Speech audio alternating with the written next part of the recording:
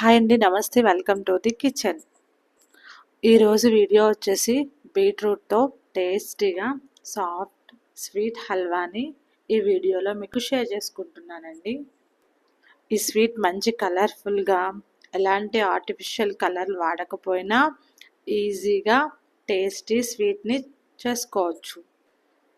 అంతేకాదు బీట్రూట్ తినడానికి ఇష్టపడిన వాళ్ళు కూడా ఈ స్వీట్ని చాలా ఇష్టంగా తింటారు.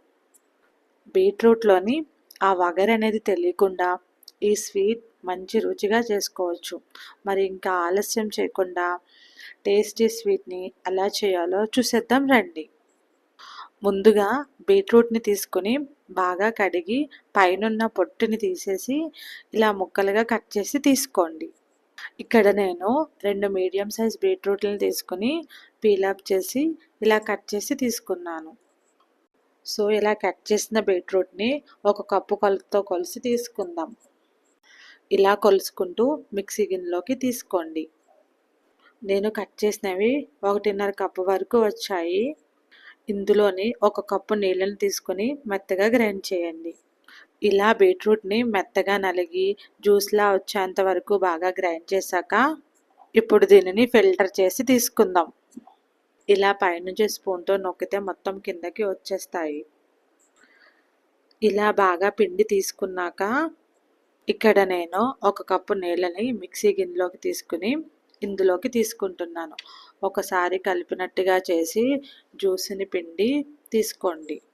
ఇలా కంప్లీట్గా జ్యూస్ని ఫిల్టర్ చేశాక పైనున్న బీట్రూట్ పిప్పిని పడేయండి. చూడండి, ఇలా మనం ముందుగా బీట్రూట్ జ్యూస్ని పిండి తీసుకోవాలి. ఇప్పుడు ఇందులోకి 1/2 కప్ కార్న్ఫ్లవర్ పిండిని అంటే మొక్కజొన్న పిండిని తీసుకుంటున్నాను.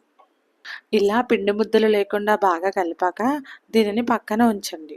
మనం రెడీ చేసే హల్వాని తీసుకోవడానికి ఏదైనా స్టీల్ ప్లేట్ని తీసుకుని దీనికి కొంచెం నెయ్యి చుట్టూ వచ్చేలా అప్లై చేసుకోండి. ఇప్పుడు ఇందులోకి నేను ముందుగా కొన్ని డ్రై ఫ్రూట్స్ని కట్ చేసి పెట్టుకున్నాను. వాటిని ఇందులోకి చల్లినట్టుగా చేసి రెడీగా పక్కన ఉంచుకోండి. ఇప్పుడు స్టవ్ మీద ప్యాన్ పెట్టుకుని 1 కప్పు వరకు తురుముకున్న బెల్లాన్ని తీసుకుని అందులో కొంచెం వాటర్ పోసుకుని బెల్లం అంతా కరిగే వరకు మీడియం ఫ్లేమ్లో పెట్టుకుంటూ తిప్పుతూ ఉండండి. ఇలా బెల్లం మొత్తం కరిగిన తర్వాత ఇది తీగపాగం వచ్చేంత వరకు ఉంచుకొని ఇలా తీగపాగం వచ్చిన తర్వాత మనం ముందుగా కలిపి ఉంచుకున్న బీట్రూట్ జ్యూస్ మొత్తాన్ని ఇందులో వేసుకోండి. బీట్రూట్ జ్యూస్లో కార్న్ఫ్లవర్ పిండిని తీసుకున్నాము కదా, తొందరగా గట్టిపడుతుంది. కాబట్టి మనం మంటను మీడియం ఫ్లేమ్లో పెట్టి ఇలా కలుపుతూ ఉడకనివ్వాలి. మనం ఈ స్వీట్ చేసే ప్రాసెస్ అంతా కొంచెం తక్కువ మంట మీద చేసుకుంటే స్వీట్ టేస్ట్ అనేది చాలా బాగుంటుంది. కాబట్టి హై ఫ్లేమ్లో కాకుండా లో ఫ్లేమ్లో కాకుండా మంటను మీడియం ఫ్లేమ్లో పెట్టి ఉడికించండి. ఇలా కలుపుతూ ఉండగానే ఒక 3-4 నిమిషాలకి ఇది కొంచెం దగ్గర పడడం స్టార్ట్ అవుతుంది. మనం ఇలా కలపడం ఆపేసాము అంటే కింద అడుగు పట్టే మాడిపోయే ఛాన్సెస్ ఉంటాయి. కాబట్టి మనం హల్వా చేసేటప్పుడు దగ్గరుండే ఉడికించుకోవాలి.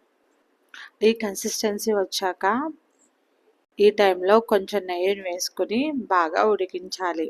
నెయ్యి బాగా అబ్జర్వ్ చేసుకున్నాక మళ్ళీ నెయ్యి వేసి బాగా ఉడికించండి. ఇలా నెయ్యిని వేస్తూ ఉడికించడం వలన నెయ్యి ఫ్లేవర్తో స్వీట్ టేస్ట్ చాలా బాగుంటుంది.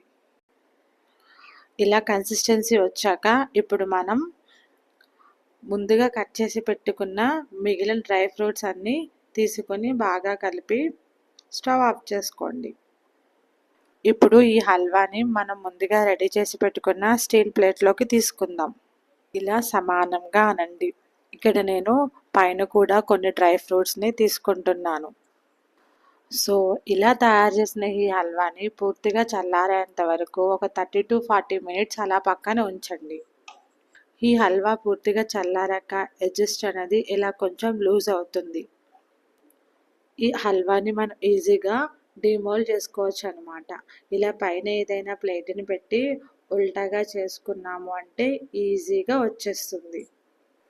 ఇలా చేసిన హల్వాని బయట పెట్టుకొని తిన్నామా అంటే 2-3 రోజులు తినవచ్చు. అదే ఫ్రిడ్జ్‌లో పెట్టుకొని తింటే వారం, 10 రోజులైనా తినవచ్చు. సో, సింపుల్‌గా బీట్రూట్‌తో మంచి కలర్‌ఫుల్‌గా ఈ టేస్టీ హల్వాని ఎలా చేయాలో చూసారు కదా!